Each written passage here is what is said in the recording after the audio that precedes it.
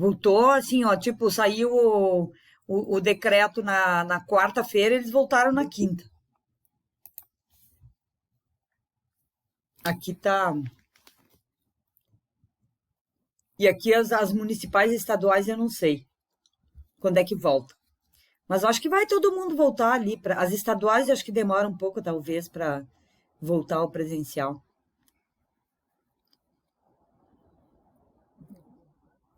É. Ah, aham. Ah, semana que vem. É, legal. Isso aí. Ah,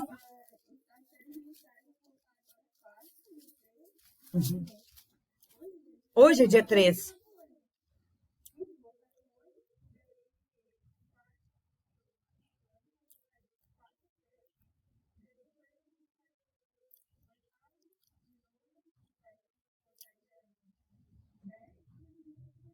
Ah, legal.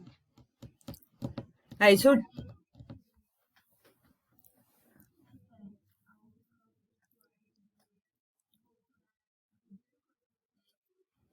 É.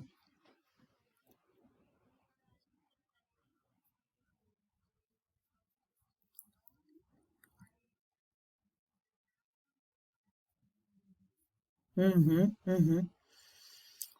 É, aqui o Aparecida, que é a única escola particular, né? Não tem, só tem uma, voltou ainda na quinta-feira. E, e as outras, os do município, eu não sei. Não sei, alguém aí é aluno do município? Acho que não, né? O município tem. Aqui na cidade tem duas, eu acho, escolas maiores do município, que é a Guerino, e tem uma nova, novinha, novinha, que nem começou a funcionar. O ano passado, quando começou a funcionar, parou, né? É a Najib, é. Ela nem chegou a começar bem as aulas, eu acho, né? O ano passado.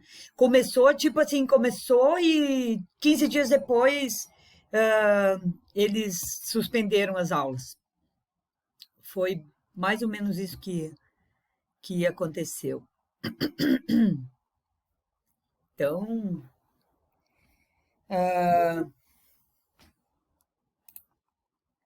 mas que bom que tá voltando, né?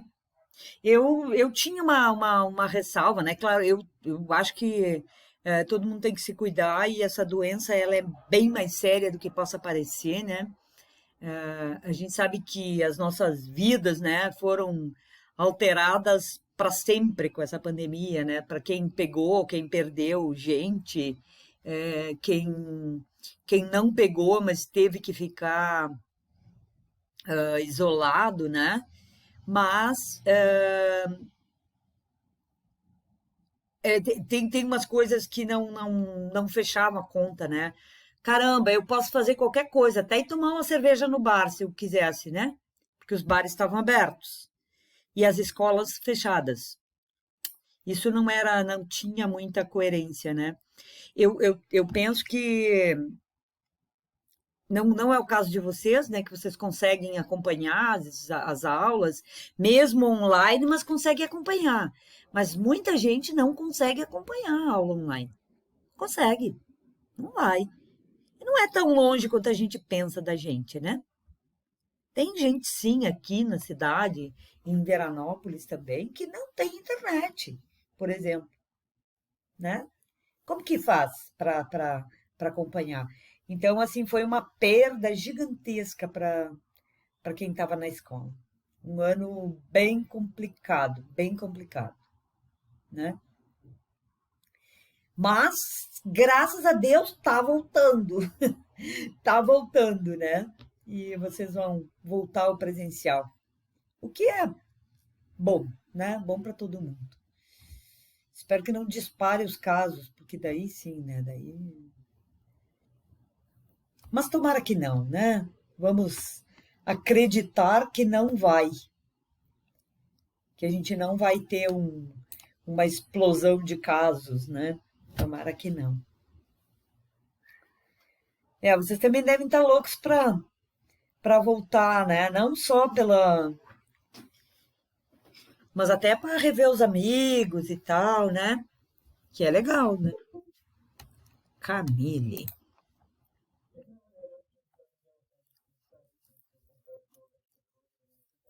É, é verdade, verdade, verdade.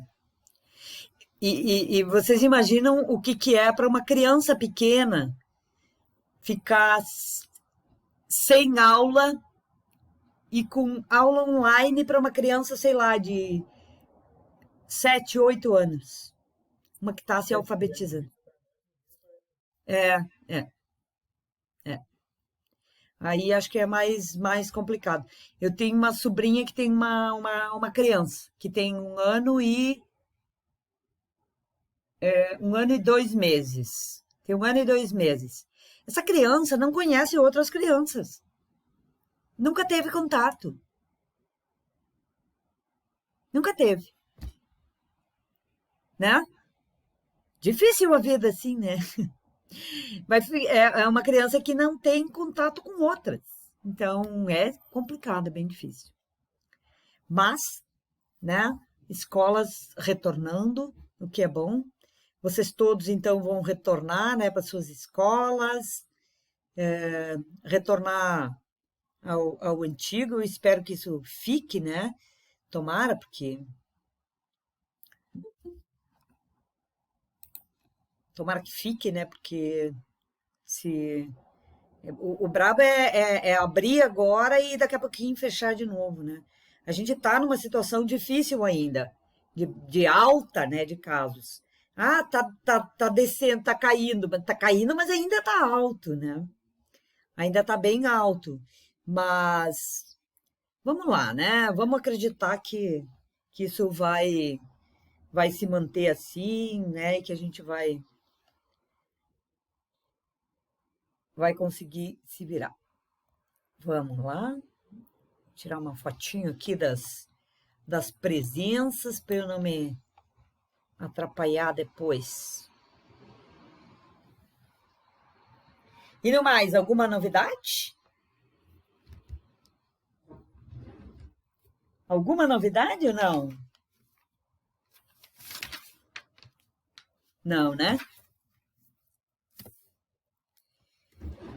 Então vamos lá, né, gurizada? Vamos trabalhar. Vamos para nossa aulinha de hoje. As nossas aulas vão continuar online, até porque a gente tem a questão da distância, né? E vão primeiro para a aula normal, que eu acho que é o que está pegando nesse momento, né? Grandes escolas voltando, né? Quem sabe com o tempo a gente volta ao modelo presencial, né? Mas isso ainda vai ter. Ah,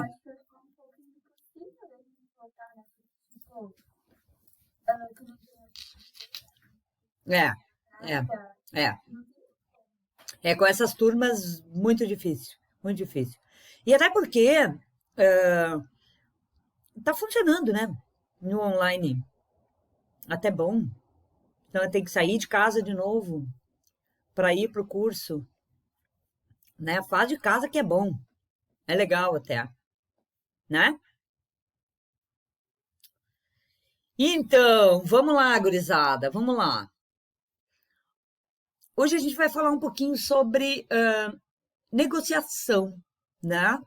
E por que negociação é tão importante, né, para um empreendedor? Negociação é importante para os dois lados, né? E não é só para um empreendedor, é para qualquer pessoa na vida. Para qualquer pessoa, em qualquer que seja a posição, em qualquer que seja o trabalho que vocês estejam fazendo, né? É, a negociação é importantíssima. Por quê? Porque através da negociação a gente resolve conflitos, né? Então é importante que a gente entenda um pouco em como é que a gente faz uma negociação, certo? Porque sabendo, né, as técnicas, a gente resolve muita coisa na vida, né? A gente precisa negociar, às vezes, com o pai, com a mãe, com os irmãos, com o namorado, com a namorada, né? Com o professor, certo? Com o professor, com, com alguém, com um amigo, né? A gente precisa a negociação, ela existe para muitas coisas na vida. E nos negócios, né? Mais ainda. Por que nos negócios mais ainda? Porque quando a gente tem um negócio, né? Mesmo que a gente queira. Mesmo se você estiver tanto comprando coisas como vendendo, é uma questão de negociação, certo? Então, a gente negocia numa empresa nas duas pontas, né? Na ponta que compra e na ponta que vence. Então, é importante que a gente entenda os estilos e saiba lidar, porque uma negociação é sempre um processo de comunicação entre dois lados, certo? Entre um lado que tem alguma coisa para oferecer e o outro que vai adquirir ou comprar aquele produto ou aquele serviço. Então, sempre existe uma negociação em qualquer lado. Então, é importante que a gente entenda um pouco como é que as coisas acontecem, né, numa negociação. Beleza? Vamos lá, então.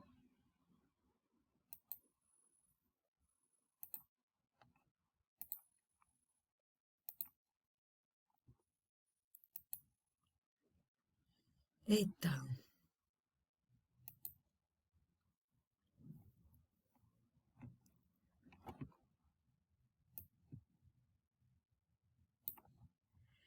Ok, vamos lá, então. Aqui está a posição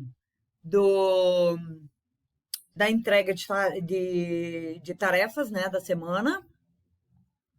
Essa aqui, essa última coluna aqui, é a da semana, né? Esses dois que estão aparecendo em amarelo, acho que veio o trabalho errado, talvez fosse um trabalho da escola e veio para cá, que veio errado, e o outro não estava considerando algumas coisas. Então, os dois meninos aqui corrijam, reenviem, que eu dou mais uma olhada, tá bem?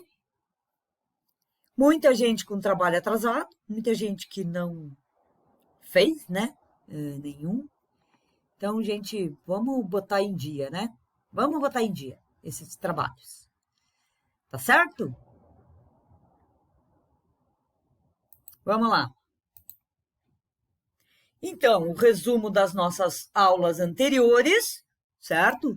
E como a gente já comentou antes, a gente hoje vai falar um pouco sobre negociação, né? Sobre negociação. Primeiro, o que é uma negociação, né? É aquele processo, né, no qual duas ou mais pessoas, né, ou grupos, resolvem impasses, conflitos, e que se chega a um consenso. Se não houve consenso, não houve negociação, certo? Então, é muito importante que no final deste processo haja um consenso. E o que é o consenso? O consenso é aquele em que os dois lados acreditam que aquele resultado é o melhor. Isto é consenso. Embora, assim, nem sempre quando a gente faz uma negociação, a gente faz o melhor negócio para a gente mesmo. Mas, às vezes, você tem que pesar várias coisas, não só o que você está ganhando naquele momento, e sim, às vezes, você tem que pesar uma relação de longo prazo. Então, a negociação é importante, tanto se eu quero fazer um negócio momentâneo, que é para uma vez só, como se eu quero fazer um negócio que eu quero estabelecer aí uma relação de longo prazo. Diz, nossa, mas estabelecer relação de longo prazo até parece coisa de namoro, né? Coisa de namorado, namorada, né? Estabelecer uma relação de longo prazo, barará, casal e etc. Não. Relação de longo prazo existe muito entre clientes e fornecedores, certo? São aqueles clientes que são fiéis, né? Aqueles clientes que compram sempre de você, né? Esses aqueles com os quais tu estabelece uma relação de longo prazo, né? Principalmente em função de tudo que a gente estudou até agora, daquilo que a gente viu na semana passada, né? Daqueles de como é que está o consumidor no pós-pandemia, né? As mudanças que já aconteceram e que vão permanecer na cabeça dos consumidores, é importante que a gente compreenda isso e saiba usar a favor dos negócios, certo? Então, é bem importante que. Opa!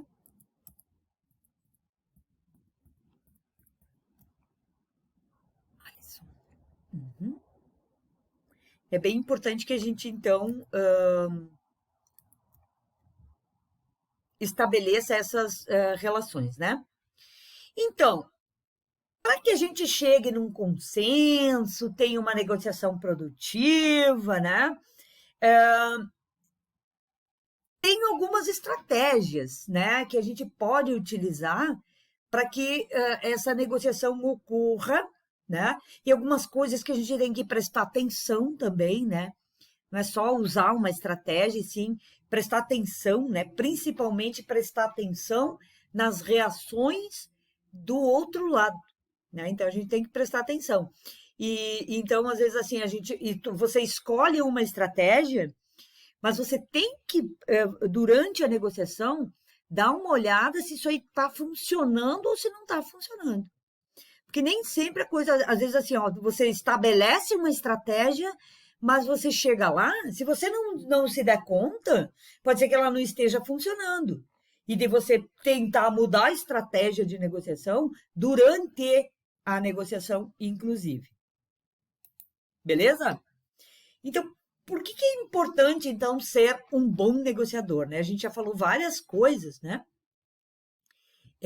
E que é muito além de você ser um empreendedor, ou ser um vendedor. A arte ou a ciência da negociação, ela é importante para a vida, né? Para que a gente... ela é importante em qualquer atividade, né, da vida. É uma habilidade que você desfruta para várias coisas, né? Na sua casa, com seus pares, seus irmãos, pais, filhos, né? Amigos, namorados, né? A gente tem que exercitar um pouco essa habilidade, né, da negociação. É, Quando a gente alcança, né, alguma coisa que a gente deseja de outra pessoa, ou quando a gente concede para outra pessoa alguma coisa que ela deseja, isto é uma negociação, né? Volta e meia, vocês não têm que negociar aí com o pai, com a mãe, né? Esse negócio de sair, ir para balada, ir para uma festa. Às vezes tem que negociar, né, com o pai, com a mãe. Então é importante saber negociar e saber fazer concessões. E numa negociação, entender sempre que existem sim dois lados, né? E não necessariamente um está certo e o outro está errado, certo?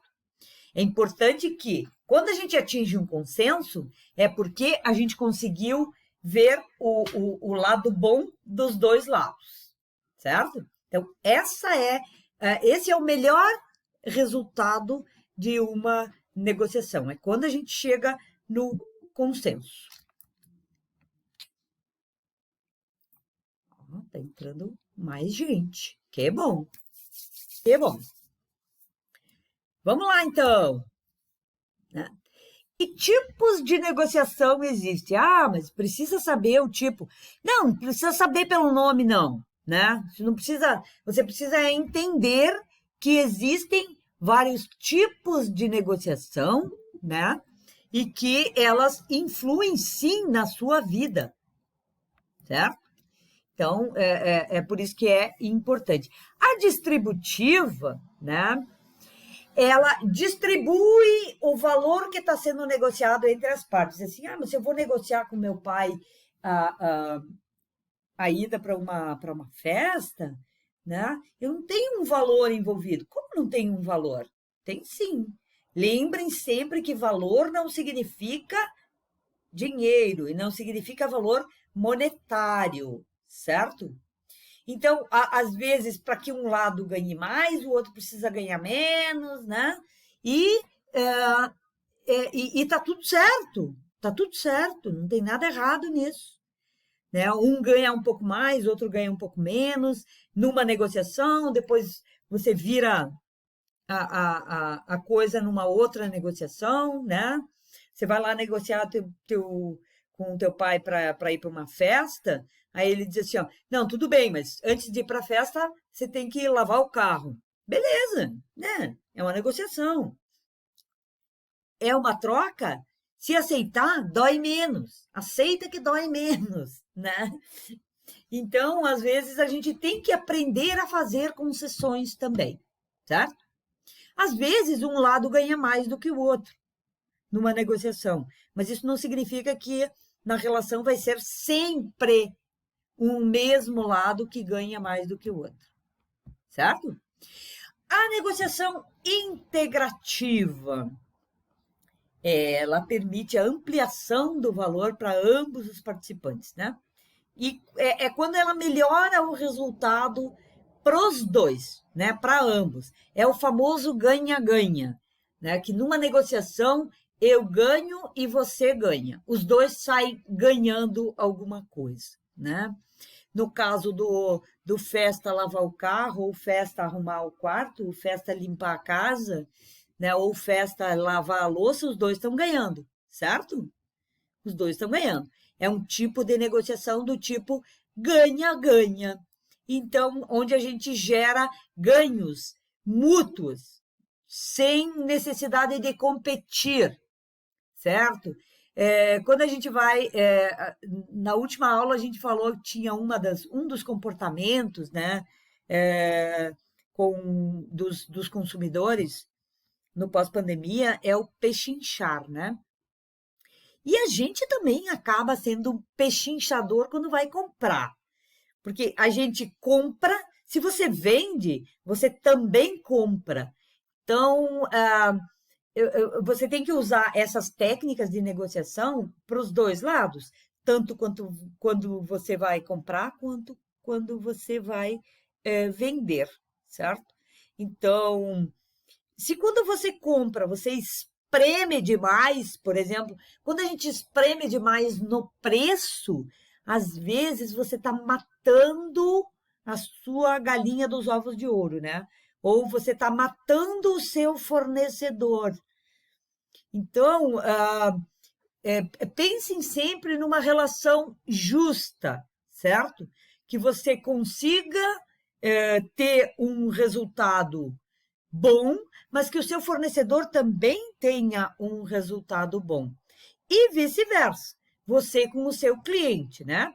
Que ele tenha um resultado positivo, mas que você também não saia perdendo, né? Porque nenhuma empresa que sai perdendo sempre vai ter, vai conseguir sobreviver, certo? Uma empresa precisa gerar dividendos, precisa gerar lucro, né? Então, tem que sair ganhando também. A gente não pode ficar sempre na posição de perdi e nem sempre na posição do eu que ganho ou eu que tenho que ganhar, certo? Outra forma, né, de negociação é a negociação criativa. O que é negociação criativa, né? É aquela que vai que busca, na verdade, né, encontrar soluções inovadoras, certo? Então, na verdade, essa negociação faz parte assim, ó, ela ocorre normalmente num clima mais amigável, onde você escuta os interesses e busca ideias criativas para satisfazer. É aquela negociação, por exemplo, que acontece quando um cliente pede, por exemplo, um produto que você ainda não tem, certo? Eu não tenho ainda este produto, mas estou disposto a ouvir o que ele quer e buscar ideias, certo?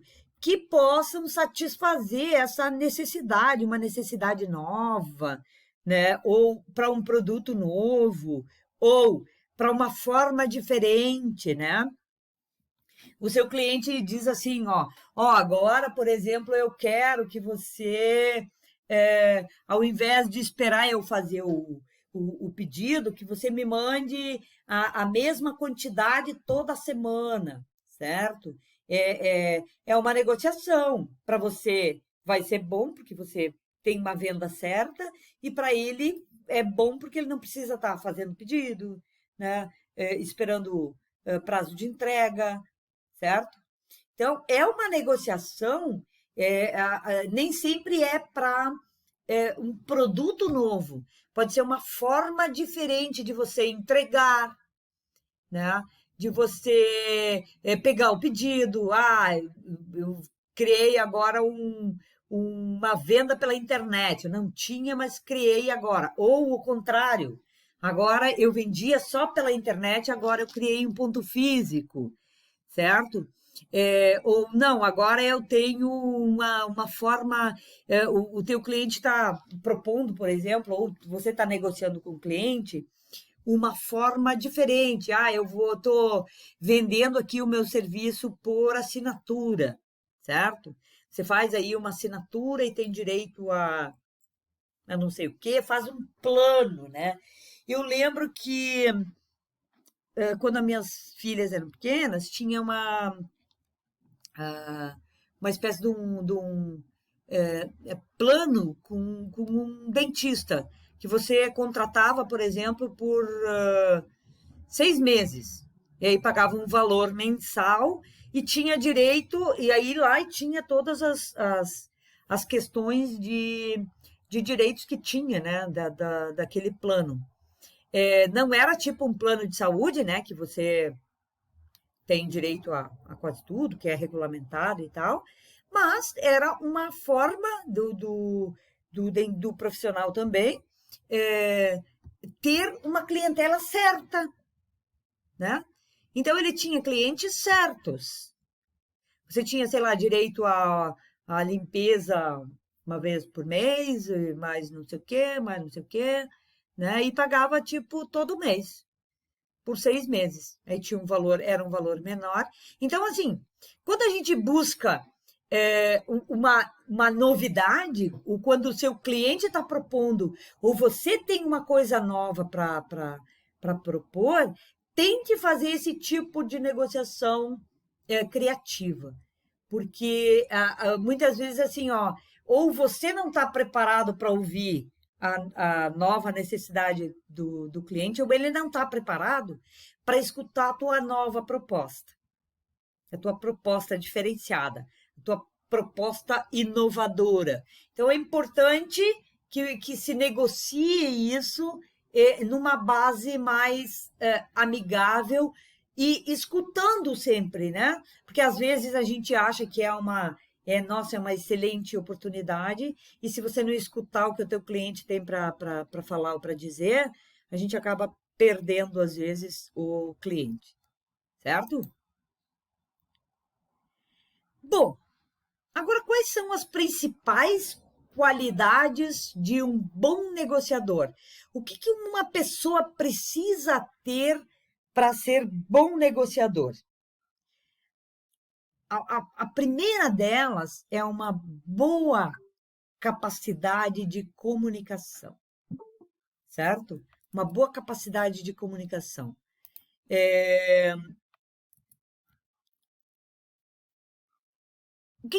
O que é boa capacidade de comunicação? É falar com clareza, com uma entonação boa, com articulado, né? Ser articulado, entender quando você tem que parar de falar e deixar o outro falar, certo?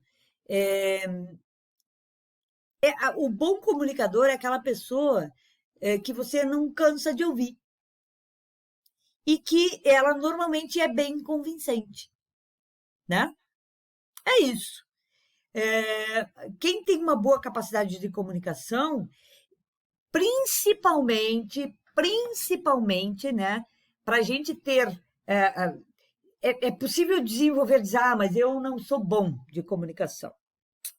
Não sou bom de comunicação. Mas é possível. Vocês acham que é possível a gente desenvolver a capacidade de comunicação? Vocês acham que é possível? Eu não. Isso.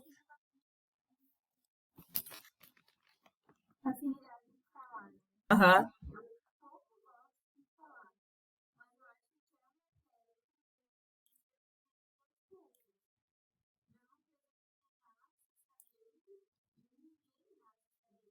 Uhum. Aham. Aham. E outra, assim, ó, para ser um bom comunicador também, às vezes a gente precisa é também se desenvolver mesmo, é fazer um curso, é ler sobre, entendeu? É estudar, né? Porque existem sim maneiras da gente treinar ser um bom comunicador, certo? Então, essa capacidade inata, e a gente sabe disso, né? Que nem sempre aquele talento inato, né? Aquela capacidade que a gente tem, e não é só para comunicação, é para outras coisas também, né? É, é, tudo, tudo exige também um pouco de treino. Então, a gente precisa treinar. Então, para ser um bom comunicador, muitas vezes a gente precisa, sei lá, vai na frente do espelho e tenta falar e ver se você está indo bem, se está. E estude um pouco sobre o assunto. Porque saber se comunicar é assim, ó, meio caminho andado para qualquer profissão. Qualquer profissão, né? Eu tenho uma irmã que ela é analista de sistemas, sabe? Programadora faz de sistemas de, de computador, assim, programas, né? É programador. E ela diz assim, que não precisa ter, né? Senta lá e programa e pronto. Eu digo, tá, né? E quem é que negocia, por exemplo, o que o teu cliente quer? Você precisa, mesmo quem está ali programando e que acha que é uma coisa muito geek, né? Que você fica lá fechado numa sala, fazendo linhas e linhas de programação, certo? E não precisa interagir. Primeiro, que quando a gente desenvolve alguma coisa, qualquer coisa, você desenvolve para alguém. E se você não tem a capacidade de se comunicar com esse alguém e de entender o que esse alguém realmente quer ou o que ele realmente precisa, é complicado, né? É bem difícil. Então, as habilidades, as boas habilidades de comunicação são totalmente, a gente consegue desenvolver. Eu posso não ser muito bom, mas ser treinado. Eu posso treinar muito a comunicação. Então, importante que a gente entenda, né, que a gente não necessariamente precisa nascer bom. Eu não sou bom de comunicação, então eu vou desistir disso. Não, né, gente? A gente consegue aprender essas coisas. A proatividade, né? A proatividade é aquela que você sabe se posicionar, sabe defender suas opiniões, sabe propor as soluções certas, né? Você entende o problema ali do seu cliente e você propõe a solução certa, certo? A proatividade também é sempre você tomar a frente em oferecer a primeira proposta, em fazer a primeira proposta numa negociação. Essa é a melhor forma de você demonstrar proatividade. Porque muito negociador, muito vendedor, muito comprador, ele senta para uma negociação e espera o outro fazer a proposta. Isso não é ser proativo, né? O proativo é aquele que ele faz a primeira proposta. Só que, claro, né, gente, quando a gente vai para uma mesa de negociação, né? Quando você vai negociar alguma coisa com seu pai, com a sua mãe, né? E eu sei que vocês negociam de vez em quando. Quando você vai negociar aí uma coisa com o seu pai, com a sua mãe, se prepare antes, né? Tenha sempre assim, uma margem de negociação. Não vá só com uma opção. Tenha mais do que uma para negociar, certo? E sugira você a primeira proposta. Depois você pode acabar, sei lá, aceitando a proposta do outro e tal. Mas o ser proativo quer dizer tomar a frente, né? É começar a negociação, é dar o primeiro passo em uma negociação. Isso é bem importante, pode definir para que lado que a negociação vai. E é por isso que é importante ter essa proatividade. Porque, às vezes, da onde a negociação começa, depende para onde ela vai, certo? Para que lado que ela vai. Então, é importante, mas como em qualquer coisa que a gente vai fazer na vida, tem que estar preparado, tem que se preparar, tem que estudar, né? Tem que olhar antes, né? E ter várias opções, né? Ah, se acontecer isso, o que que eu vou fazer? Sabe? Esse tipo de coisa. A criatividade, característica também importante, né, para um negociador, né? Ele ser criativo, né? É bom ser criativo em quase tudo na vida, né? É bom a gente ser criativo, né? Menos, só tem uma coisa que não se deve ser criativo. É na hora de atender uma legislação. Aí não dá para ser criativo. Legislação é lei, atende e deu, né? Aí não tem que ser criativo, né? Então, em vários outros aspectos da nossa vida profissional, a gente precisa ser criativo, né? Mas numa negociação faz muita diferença, certo? Muitas vezes o que você vai negociar é a solução de um problema. Imagina aí que você vai negociar com um cliente a resolução de um problema que ele teve. Você vai negociar, sei lá, a reposição de um produto, o recolhimento, uma devolução. É um problemão, né? Então, sempre é importante que você estabeleça bem quais são as bases aí da sua negociação e transformar mesmo aquilo que parece um problema ou um conflito em um acordo satisfatório para ambos, que seja bom para você e que seja bom para o seu cliente, ou com quem quer que você esteja negociando. Às vezes a gente negocia com... que vocês ainda não estão assim, no mundo um mundo corporativo, né? No mundo do trabalho, né? Corporativo, muitas vezes a gente tem que negociar com um colega, por exemplo, para uma atividade, assim, ó, eu faço isso, você faz aquilo, negocia, né? É legal, mas desde que seja satisfatório para os dois lados, né? A gente sempre tem que pensar que quando a gente cria uma relação de sempre eu ganho, você perde, essa relação ela pode ser boa se, se você tiver só uma negociação para fazer. Mas se você quiser manter uma relação de um longo prazo, por exemplo, assim, sei lá, com o seu chefe, vai negociar o salário com o seu chefe, certo? Ah, mas isso não se pede aumento de salário. Como não? Pede sim. Né? Você pode negociar o seu salário com o seu chefe, né? Mas quando você for fazer uma negociação dessa, vá preparado, né? Vá preparado. Saiba o que dizer. Saiba o que dizer. Então, então, se você quiser, por exemplo, quando você for negociar o seu salário, não vai ser uma coisa só, porque a relação entre você e o seu chefe vai ser de mais longo prazo, certo? Então, você não pode estabelecer uma negociação de só um lado ganha e outro perde, certo? Não dá.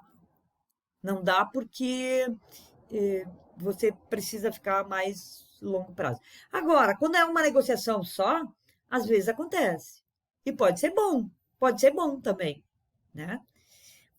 Por isso que é importante a gente conhecer um pouquinho quais são as técnicas e as habilidades que a gente tem que ter numa negociação, porque é, ai, meu Deus, agora eu perco o fio da meada. É importante você conhecer essas técnicas para saber como se comportar e para que lado que eu vou no meio de uma negociação que está tomando um rumo que você não quer, né? Muitas vezes não acontece, né? Outra qualidade de um bom negociador é a resiliência. A gente já falou sobre a resiliência, não foi? Alguém lembra o que é a resiliência? O que é resiliência?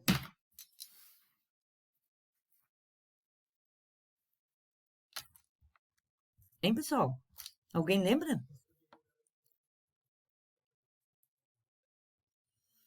Resiliência é aquela capacidade que a gente tem de se adaptar, né? De adaptar a forças externas, por exemplo, né? Aquelas coisas que vêm de fora. Então, essa capacidade que a gente tem é uma propriedade que foi roubada lá da física, né? Uma propriedade física dos materiais, a resiliência, né? E que ela é usada, no mundo corporativo como um sinônimo de capacidade que a gente tem de se adaptar ao ambiente e às pressões e forças externas, né? Que é a capacidade que você tem de absorver essa energia e transformar ela numa coisa que eles chamam de rebote, né? De você rebater e conseguir se adaptar a essas mudanças, beleza? Eu vou tirar mais uma fotinho, porque entrou mais gente. Tá? Só um pouquinho, tá, gente? Já tô.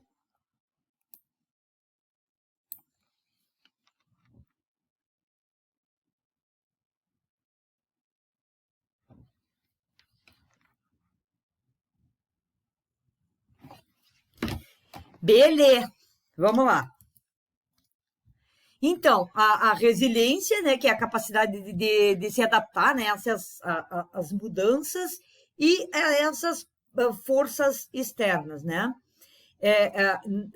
Quando a gente está numa negociação, é importante a gente saber ouvir um não e enfrentar. É aquilo que o Samuel comentou ali, né?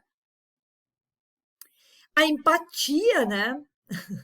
A empatia é aquela capacidade da gente se colocar no lugar do outro. E é muito muito importante para um negociador que ele seja empático. É tentar conseguir, né, você olhar o problema ou olhar sob o ponto de vista do outro. Eu acho que essa ilustração diz muito sobre a empatia, né? É uma discussão se esse número no chão é 6 ou 9. Tudo depende do ponto de vista, né? Da onde você está olhando. Então, às vezes, é importante você enxergar o problema, ou enxergar com os olhos do outro. Tente enxergar com os olhos do seu cliente. Tente entender o problema pelo lado dele, certo? Para que ninguém saia perdendo. Porque se o seu cliente perder numa negociação, é muito complicado, porque em algum momento, ele vai te largar. Quer dizer, ele vai comprar de outro. Então, é bem importante que a gente não tenha esse olhar, né, de empatia. Não só com um cliente fornecedor, né, com qualquer pessoa, né? Tem que se colocar no lugar do outro sem fazer julgamentos, certo? Aqui, por exemplo, eu estou julgando, disse assim, mas como assim? Como assim é 9? É 6 esse número. Depende do ponto de vista. Então, as técnicas de negociação. E aí, como que eu faço, né? A primeira técnica, né, de negociação é a gente dominar os 3 pilares da negociação. Quais são os 3 pilares da negociação? Gente, levem isso para a vida, tá? Os 3 pilares da negociação, né? É o conhecimento, o tempo e o poder, né? Então, tenho isso sempre, sempre, sempre em mente, que numa negociação é importante a gente dominar esses 3 pilares. O conhecimento é aquele o quão profundamente você entende o tema, certo? Então, antes de você sentar para negociar com alguém a respeito de um determinado tema, certo? Procure se informar com antecedência, ter conhecimento suficiente sobre o tema, entender as necessidades do outro, as expectativas, as motivações, certo? Então, o conhecimento ele pode ser sempre aprendido. Então, é uma coisa que a gente tem que se preparar na hora de uma negociação, né? Tem que se preparar, tem que ir com bagagem, com conhecimento sobre o assunto. A gente não senta numa mesa para negociar. Por exemplo, vamos supor que você vá negociar o salário com o seu chefe, certo? Vou negociar o meu salário. O que aqui de conhecimento eu tenho que levar? O que vocês acham que poderia levar de conhecimento uma pessoa que vai negociar o salário com o seu chefe?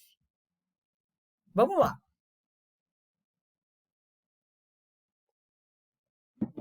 O que ela deveria conhecer?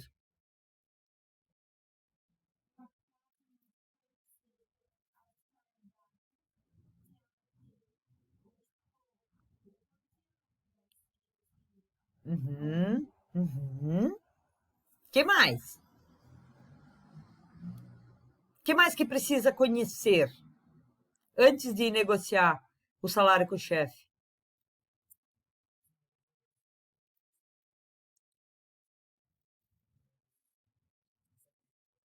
Isso também. Uhum. Então, temos aí assim, ó, a qualificação, né? A qualificação, ela tem que ter conhecimento sobre as qualificações que eu tenho, as atividades, né? As atividades desempenhadas, o quanto e o quão bem eu estou fazendo as atividades. Que mais?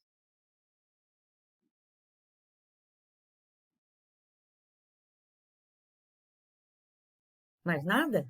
Será que não seria importante ela conhecer, por exemplo, quanto que o mercado paga para uma pessoa que está fazendo as funções que ela está fazendo? Né? Porque às vezes ela vai lá negociar com o chefe e diz: Ó, chefe, eu fiz um curso, estou fazendo mais atividade que eu fazia e tal. E aí o teu chefe diz assim: Não, mas peraí, né? Você é um analista aqui, um analista de contabilidade, certo? E você ganha eh, 4.000 reais por mês, certo? E aí diz assim, ó, mas se você for olhar aqui o mercado não paga mais do que 3.500, né? Então você já ganha um salário acima do que o mercado está pagando. E aí você fica sem saber o que fazer. Então, é bom fazer uma listinha quando a gente vai negociar de tudo que a gente precisa saber e conseguir entender assim, o que, que o outro pode dizer, quais são os argumentos, conhecer bem a outra pessoa, estudar, estudar como é que é o ambiente, né? Mas, claro, isso que vocês falaram também é importante. Eu vou lá negociar e dizer assim, ó, eu quero ganhar mais porque eu quero ganhar mais. Não, eu quero ganhar mais porque eu estou desempenhando mais funções do que eu desempenhava, porque eu me qualifiquei e porque eu tô com um desempenho acima da média. Beleza, tá? Estou com desempenho em cima da média, estou ganhando igual o mercado e tenho um desempenho em cima acima da média. E ainda sou mais qualificada do que a maioria dos profissionais que exercem essa função. Beleza, teu chefe vai ter dificuldade de rebater, certo? Então, é importante que a gente busque, né, o conhecimento a respeito para embasar a tua negociação. É aquilo que você vai usar como argumento, certo? O tempo, né? O tempo é adequar, né, a tua negociação no, no tempo certo. Qual que é o tempo certo que eu preciso apresentar esta proposta, né?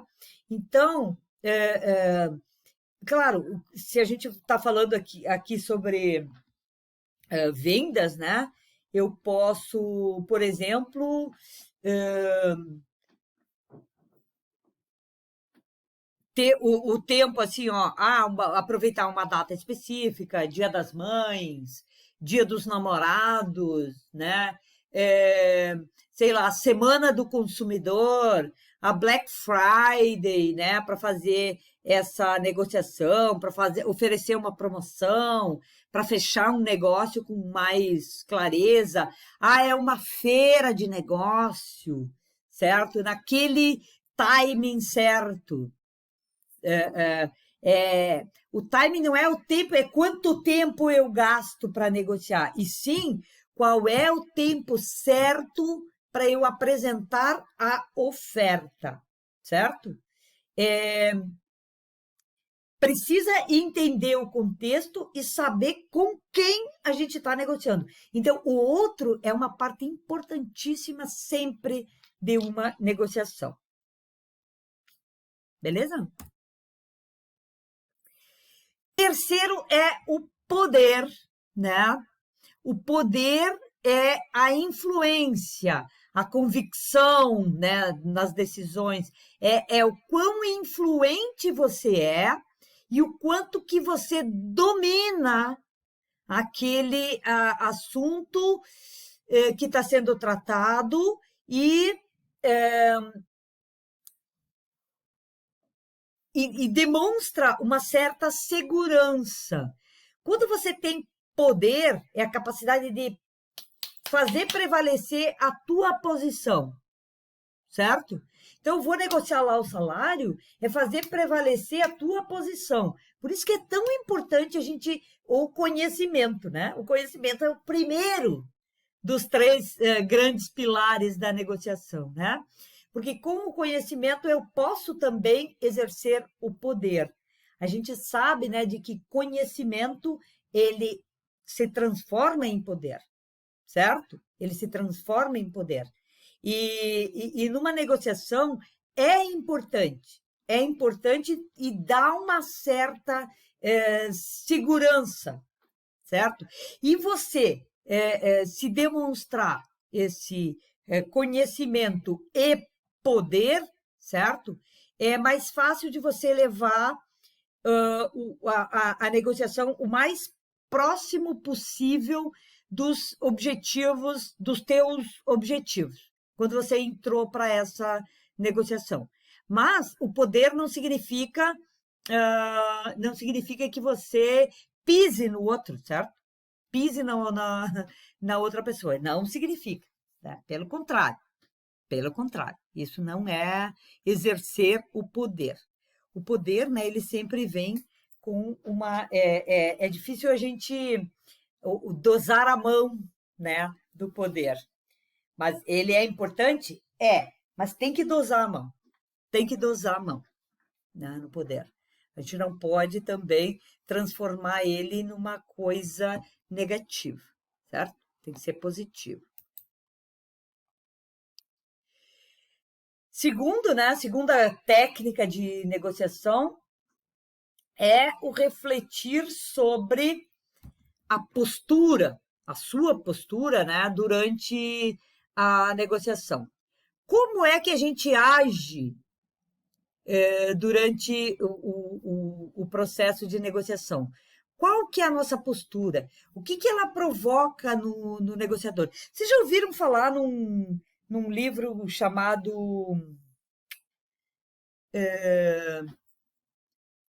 A Linguagem Corporal?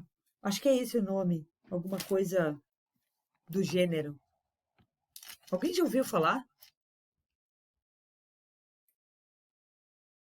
Mas, enfim, é a forma como você se posiciona, a forma até como você senta, como você se movimenta, como você abre os braços. Se você senta assim, ó, não parece que você tenha muita confiança, né? Dá uma impressão de uma pessoa desleixada, certo? Então, quando você vai se sentar para negociar alguma coisa, é importante você controlar e você adotar uma postura boa, né? Os seus movimentos, a forma como você se posiciona, ela pode ter um resultado, ou pode ter uma percepção do outro lado da negociação bem complicada para você. Então, isso também, gente, a gente consegue aprender e a gente consegue estudar, certo? Então, eu não preciso ser, eu sou legal, eu sei me portar, eu sei fazer a negociação, mas isso não é para mim, não. Não é para mim. Então, deu.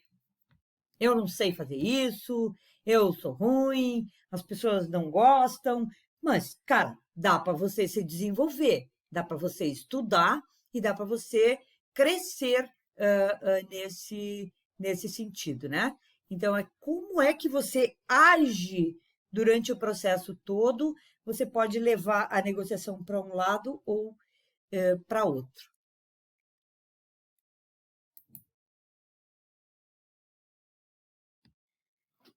Bom, refletir sobre a nossa postura durante a negociação, né? Tem duas posturas básicas que a gente tem que considerar numa negociação. Uma é quando a consciência é o limite. é quando a gente entra numa negociação e não se importa com as consequências futuras em relação à postura. É aquilo que a gente fala, que a gente falou antes, né? É quando a gente não está preocupado em fazer uma relação, em criar uma relação de longo prazo, né? É o caso do ganha-perde. Um está ganhando, o outro está perdendo, né? O que interessa é aquele momento específico e o resultado imediato. Então, esse negócio da consciência e o limite é aquele que você faz uma proposta indecente ou dá uma forçada de barra para forçar o outro a fazer essa negociação. Mas isso nunca deve ser feito você quando você quer estabelecer uma relação de longo prazo. Aí eu quero esse cliente para minha empresa, eu quero ele para mim, certo? Então, não é bom usar esse tipo de postura, né?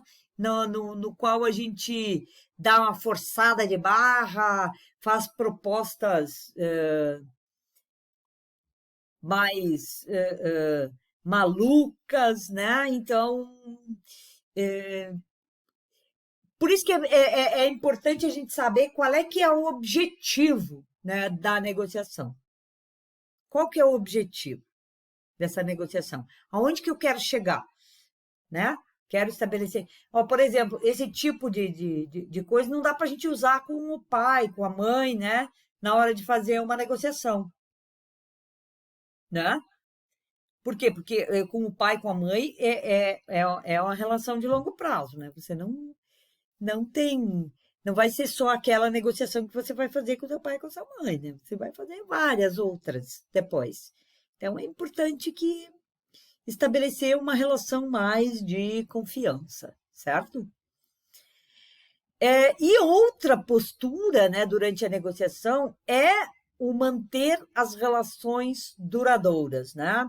Então, nesse caso, a gente está mais preocupado em quais seriam as consequências, né, que a gente estaria gerando para o futuro, e já que a gente tem o interesse de manter esse cliente ou essa relação duradoura, né?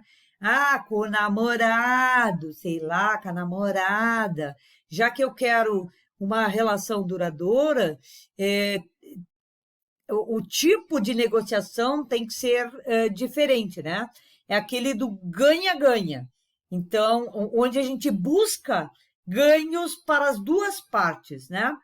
E faz com que você considere qual que realmente a necessidade da outra pessoa em uma negociação, certo? Mais uma vez, para a gente chegar nesse ponto de negociação, é importante, é imprescindível, eu diria, uma boa comunicação, certo?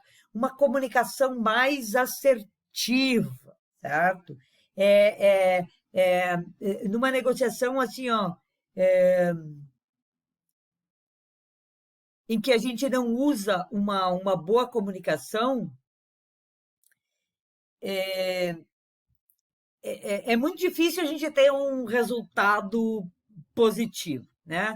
O único problema que é de a gente sempre considerar as necessidades do outro é que pode ser que esta negociação ou o acordo que você fecha, o negócio, não beneficie tanto assim a sua empresa como você pretendia inicialmente, certo? Então, na verdade, o que tem que fazer é saber dosar o limite, que é uma das coisas importantes numa negociação. É saber dosar. É quando que eu tenho que avançar e quando que eu tenho que dar uma segurada também. Certo? Bom, outra técnica, né, de negociação aqui é identificar e trabalhar o estilo de negociador, o seu estilo e o estilo do outro, né? Então, é importante que você reserve um tempinho, né, para observar e para escutar. Para escutar e saber como é que o outro, e entender, né, quem é a outra pessoa com quem tu está negociando, o que de fato ele quer, quais são de fato as necessidades e o que ele pode fazer para conseguir aquilo que quer, certo? Se você não tiver, não prestar atenção nisso, né? Se você conseguir prestar atenção nisso, é bem possível que você consiga lidar melhor, né, com o outro e chegar a um resultado que seja mais positivo para você, principalmente para a sua empresa, né? E é importante também que a gente identifique o próprio estilo, né? Quem sou eu em uma negociação? Quem eu sou, certo? Quem é o outro e quem eu sou.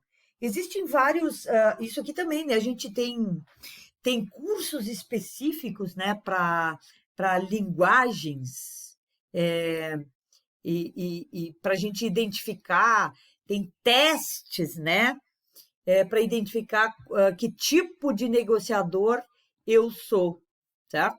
Que tipo de negociador eu sou? Um tipo mais proativo ou não? Eu espero que o outro venha, né? Então, a arte da negociação é sempre uma via de dois lados, certo? É sempre uma via de dois lados. Alguém está tentando vender uma coisa e alguém está tentando comprar. Mesmo que essa negociação não envolva dinheiro diretamente, certo?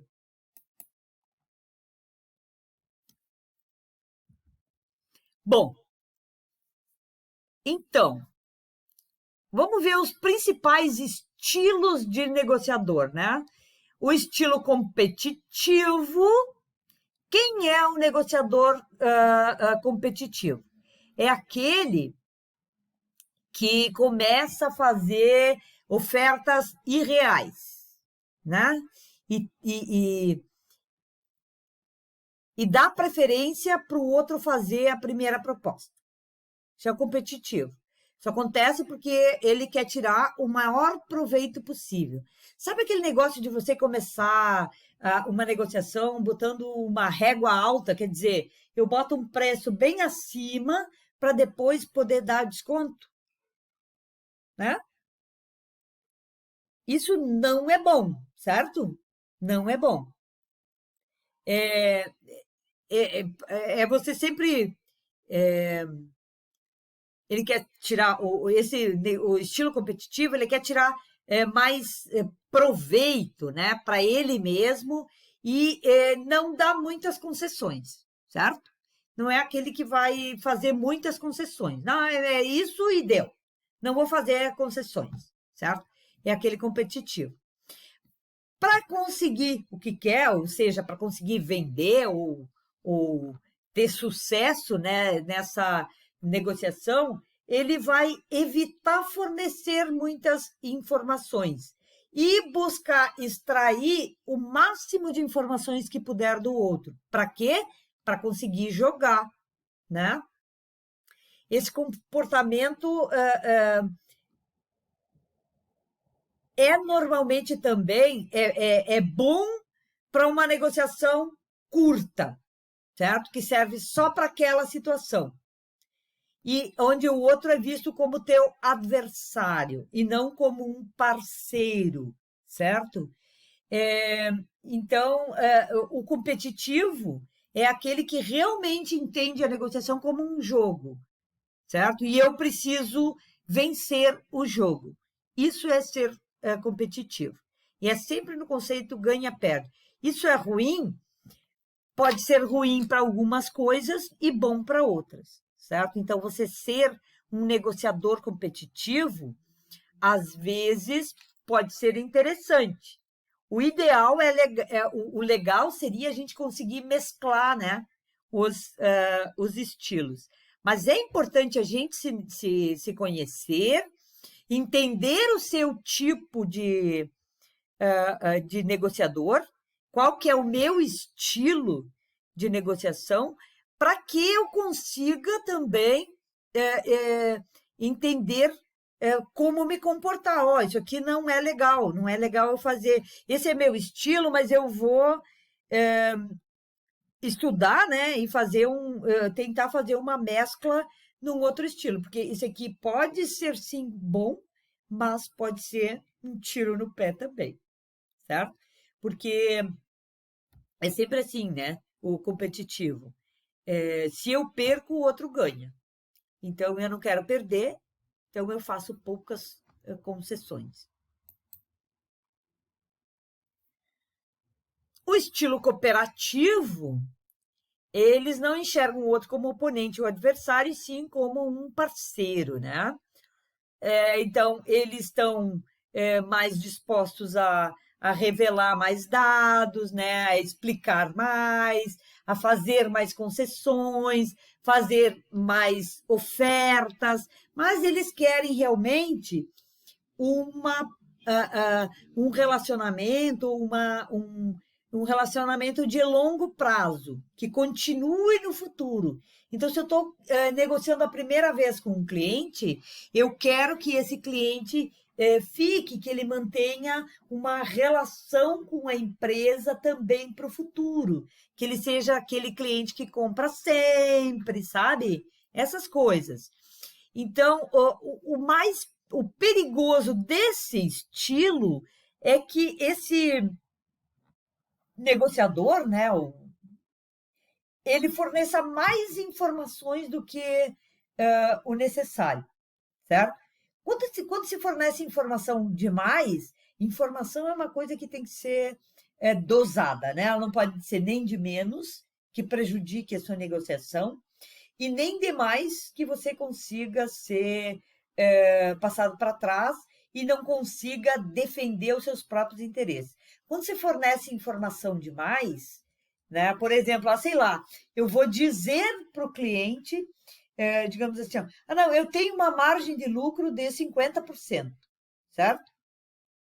Isso te tira um trunfo de negociação, porque o teu cliente vai dizer, então é o seguinte, eu não vou te pagar mais do que tanto. Reduz aí a tua margem. Tu já tem margem demais. Então, você perde um argumento de negociação se você fornecer informação demais, certo? Então, você pode fazer uma negociação ruim, né, que prejudique a sua empresa e também pode ter que abandonar a negociação, porque, sei lá, não consegui nenhum dos objetivos que eu tinha. Então, mas esse estilo é pior que o outro? Não é pior. Depende do caso, né? Tudo depende do caso. E o quanto se dosa um pouco de competição e um pouco de cooperação é que dá o estilo certo, né? Dá a dosagem certa aí de negociação.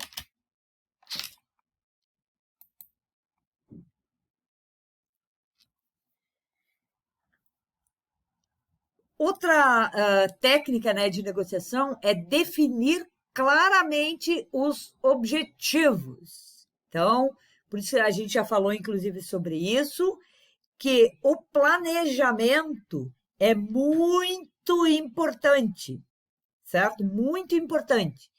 E para se sair bem, né, em uma negociação. Por quê? Eu preciso entender o que eu vou negociar, adquirir o conhecimento necessário, né?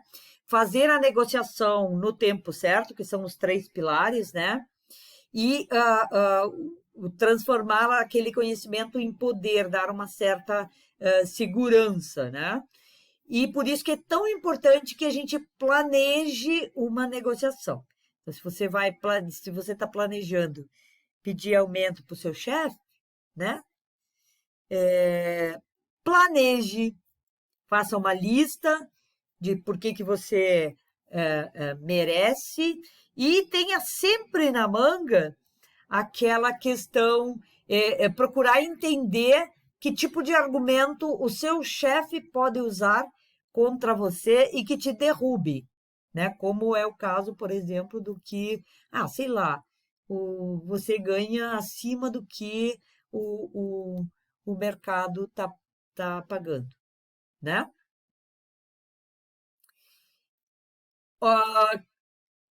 Outra técnica é definir a melhor alternativa para um acordo. Então, quando a gente planeja, né? Quando a gente planeja uma negociação, o objetivo principal de uma negociação é o quê? É chegar num acordo que tenha benefícios mútuos. Parece normal, né? Parece bom, sempre. Agora, a gente sempre consegue, certo? Por isso que é tão importante a gente planejar, a gente saber exatamente o que a gente vai negociar, quais são as concessões que eu posso fazer, até que preço eu posso chegar, até que prazo de entrega eu posso negociar, né, com o cliente, prazo de pagamento, até quanto que eu... Imagina você vendendo, né?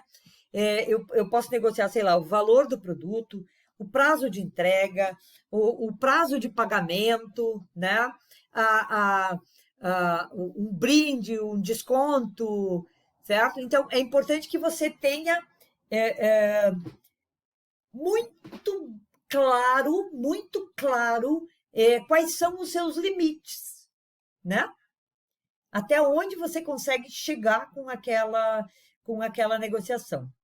Então, por exemplo, se você for um produtor, né, e estiver negociando uma comissão com um afiliado seu, com um representante e tal, você pode ter assim, ó, qual é a melhor alternativa, né, de porcentagem de comissão que vai ser boa para ele, mas que também não vai prejudicar o seu lucro, certo? Então, você precisa conhecer muito bem até que ponto você consegue chegar, né? Para que você não seja prejudicado, para que você não tenha prejuízo nas suas margens, né, de lucro. Então, quando você negocia com um cliente, com um fornecedor, com um representante, né, com um funcionário, tem que ter essas coisas em mente. Aquilo que pode ou não pode prejudicar o seu lucro.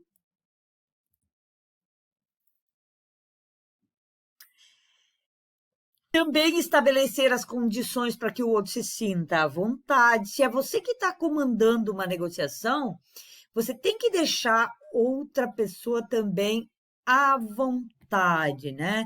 E como que a gente faz isso para criar as condições de deixar outra pessoa à vontade? Desculpa.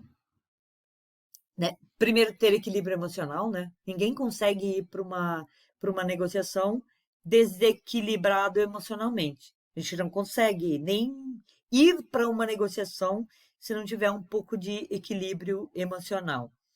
O tom de voz é importante.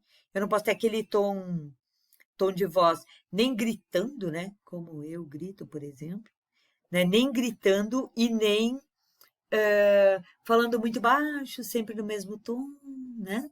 Então, é importante, assim, ó, enfatizar, dar destaque às coisas que realmente têm destaque, né? Então, tomar cuidado com o tom de voz, para não parecer estar, por exemplo, xingando o cliente, ou para que ele não se sinta não se sinta prejudicado, certo? O ritmo da conversa, tentar controlar o ritmo da conversa, né? E expressar-se bem. Todas essas características, né? Para criar essas condições, tudo isso é treinável, certo? Então, a gente consegue treinar.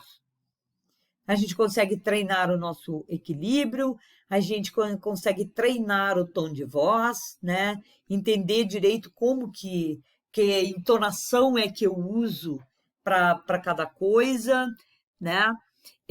Controlar o ritmo da conversa, né?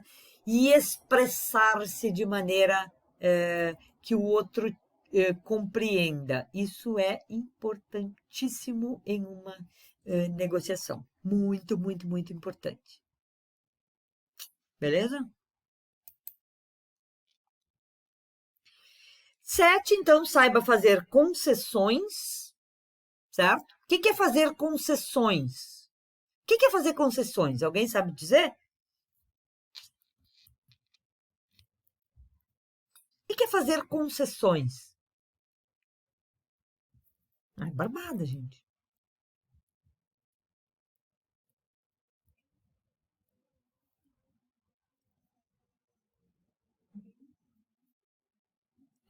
Fazer concessões é saber que eu também preciso ceder, né?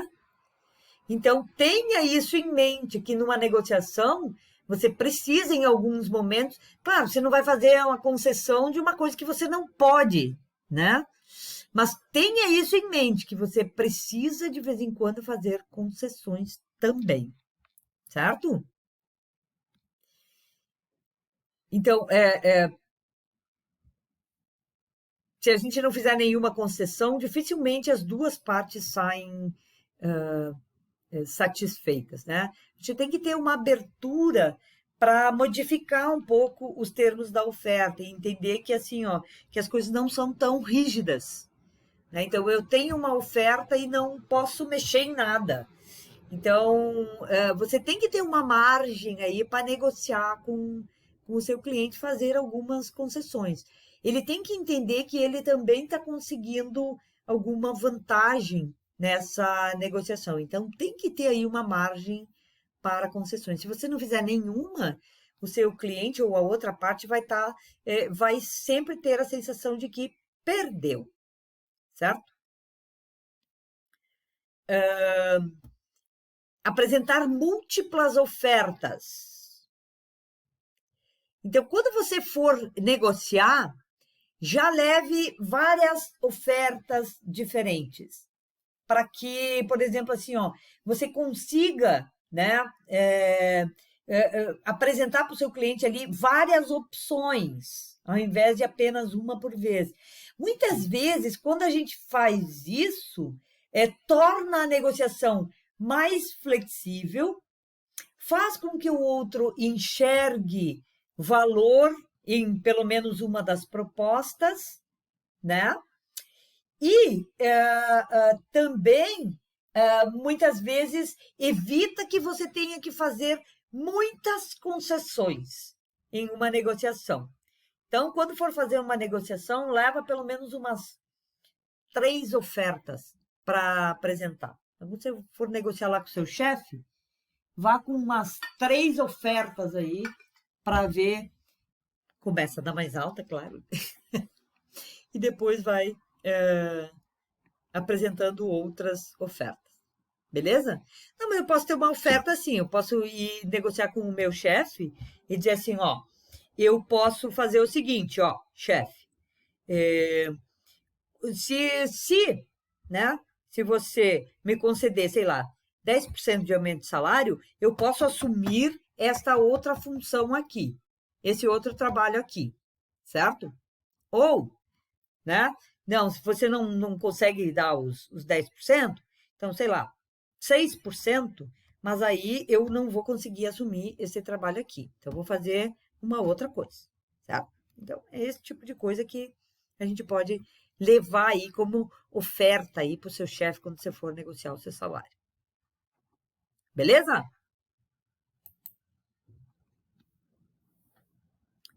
E use o poder da persuasão. Nossa, o que é persuasão, né? A persuasão parece uma coisa ruim, né?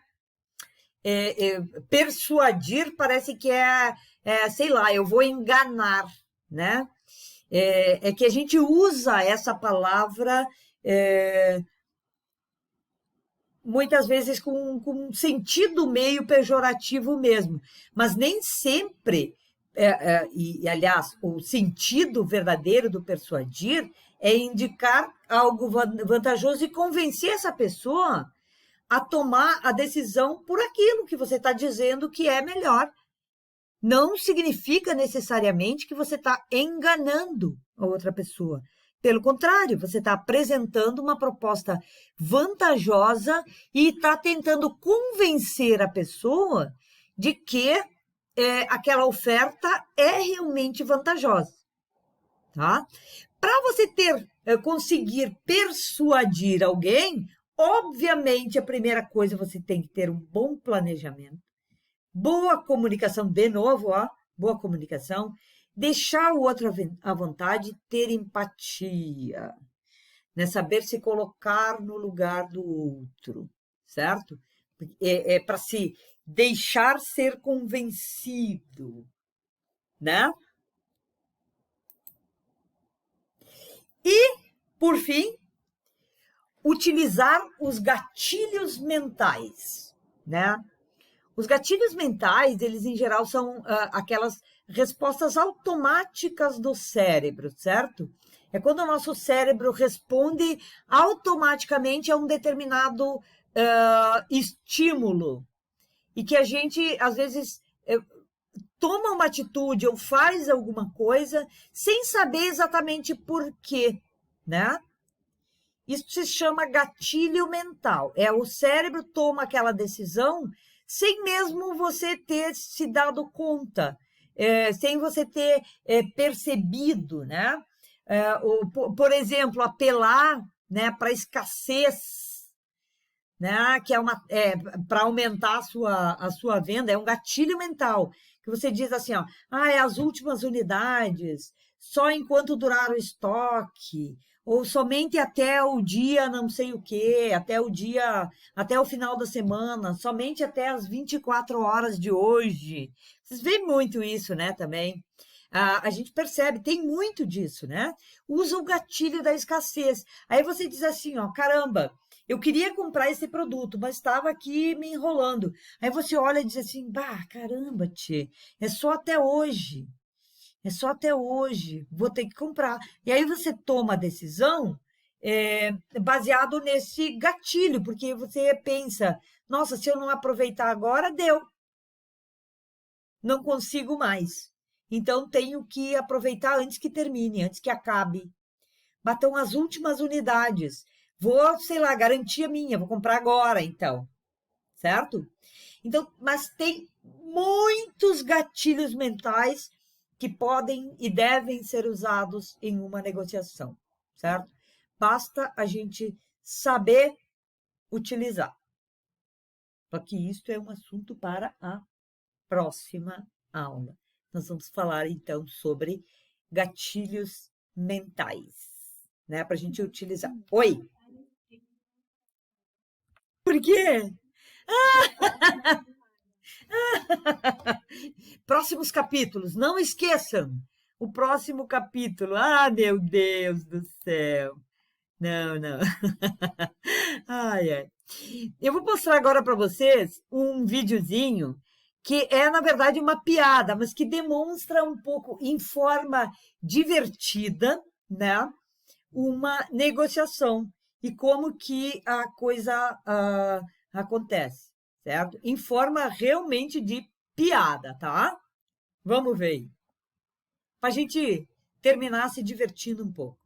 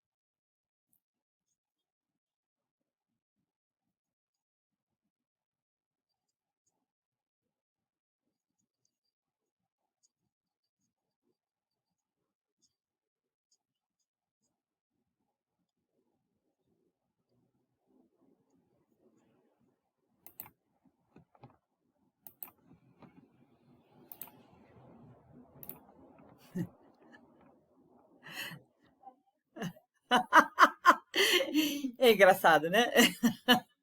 Mas assim, ó, é bem assim, ó, duas partes negociando, tentando, né, fazer cada um demonstrar o seu lado. Claro que é uma piada, né, e tal, mas é importante, né, para a gente entender.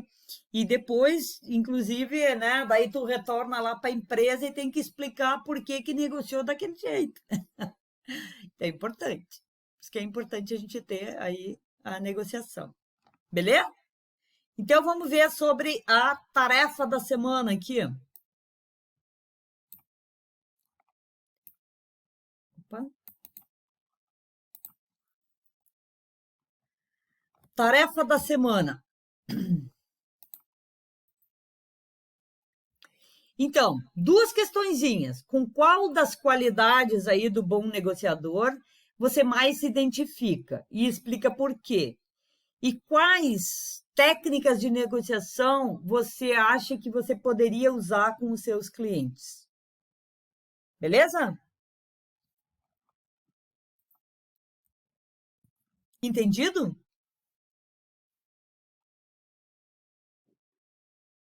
Sim ou não? Tá bom, então. Então, bora fazer aí, tá bom? Eu já vou postar lá no grupo. Ah, nossa. Eita, que fugiu o meu gravador de tela aqui. Às vezes ele foge, mas ok.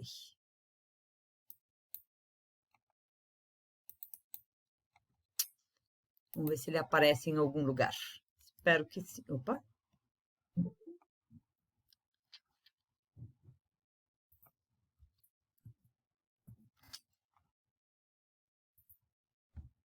Matheus tinha ido embora? Voltou.